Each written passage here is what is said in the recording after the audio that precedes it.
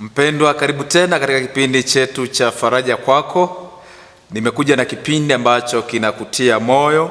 Kuna changamoto nyingi umekuwa ukizipitia katika maisha yako, yaweza kuwa hata unanisikia ukiwa umekata tamaa mahala fulani, lakini nimekuja na ujumbe ambao ni wa faraja kwako, utakao kuinua na kufufua tumaini jipya katika maisha yako.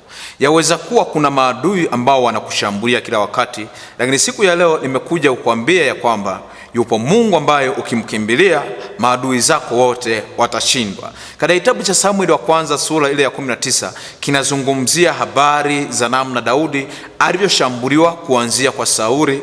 Akiwa ndani ya nyumba Sauli akakimbia, na alipokimbia Biblia inasema Sauli akamfuatilia nyumbani kwake, na kwa kuwa Daudi alikuwa amemwoa binti yake Sauli anaitwa Mikali, akamtorosha. Biblia inasema akamwambia toroka, akaruka ndani ya dirisha akaondoka. Lakini baadaye Biblia inasema alikimbilia Rama.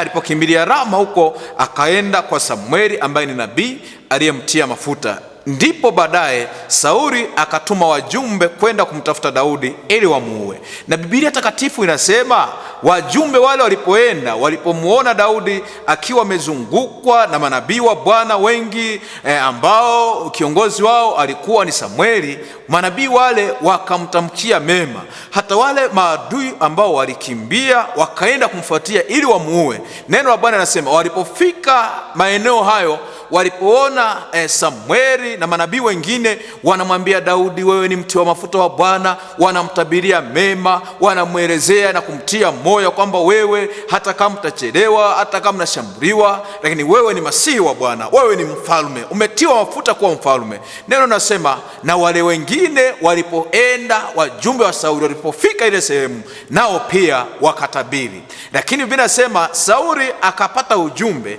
akatuma tena kundi lingine kwenda kumtafuta Daudi.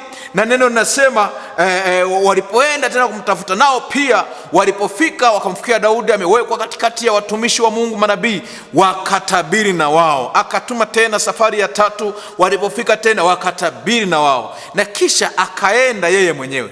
Na alipokwenda yeye mwenyewe, neno linasema yeye akaanza kutabiri akiwa bado yuko njiani, na hata alipofika katikati ya watumishi wa Bwana wamemzunguka, Biblia inasema akalala kifudifudi, akaanza kuongea, akafedheheshwa akiwa uchi asubuhi hadi mchana akiwa uchi. Ngoja nikwambie, kama unajua kabisa kwamba kuna maadui wanaokushambulia katika maisha yako, jambo la pekee na la msingi ni moja: acha woga, kimbilia kwa Mungu, kimbilia katika watumishi sahihi wa Bwana. Wakikuombea baraka, baraka zitakuwa juu yako. Wakikutamkia mema, mema atakuja juu yako. Acha kuwadharau, kimbilia kwao ili Mungu akutendee mema.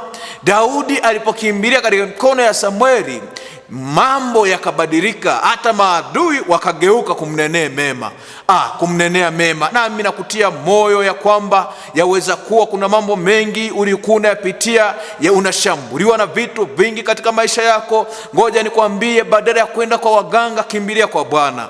Baada ya kwenda kwa waganga, kimbilia kwa watumishi sahihi wa Yesu Kristo. Maana ukikimbilia kwa watumishi sahihi, hata maadui watageuka na watakuwa marafiki wako. Maana Biblia inasema njia za mtu zikimpendeza Bwana, hata maadui anawageuza kuwa marafiki. Nami nakutia moyo kwa namna ya pekee sana. Moja, usichoke, usikate tamaa. Hata kama utashambuliwa kwa namna yoyote, kimbilia katika mikono salama ya Bwana.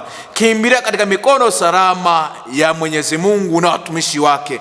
Na kwa sababu umezungukwa na watumishi, kwa sababu umezungukwa na utukufu wa Bwana, ukweli ni kwamba adui anayekutafuta hatakupata, adui anayekushambulia hatakupata. Badala ya kukunenea mabaya, atageuka mwenyewe, atasema kwa kweli huyu ni mti wa mafuta wa Bwana, na Mungu amemleta makusudi kabisa ili aweze kusimama, maana amejaa mibaraka isiyo ya kawaida. Kwa sababu hiyo nakutia moyo, unaposhambuliwa kimbilia kwa Bwana. Unapofukuzwa na giza, shetani anapokufukuza, kimbilia mikononi salama mwa Mungu wa mbinguni. Na kwa kutenda hivyo, Bwana atasimama, atakutetea. Bwana atasimama, ataleta faraja. Bwana atasimama, atakushindia.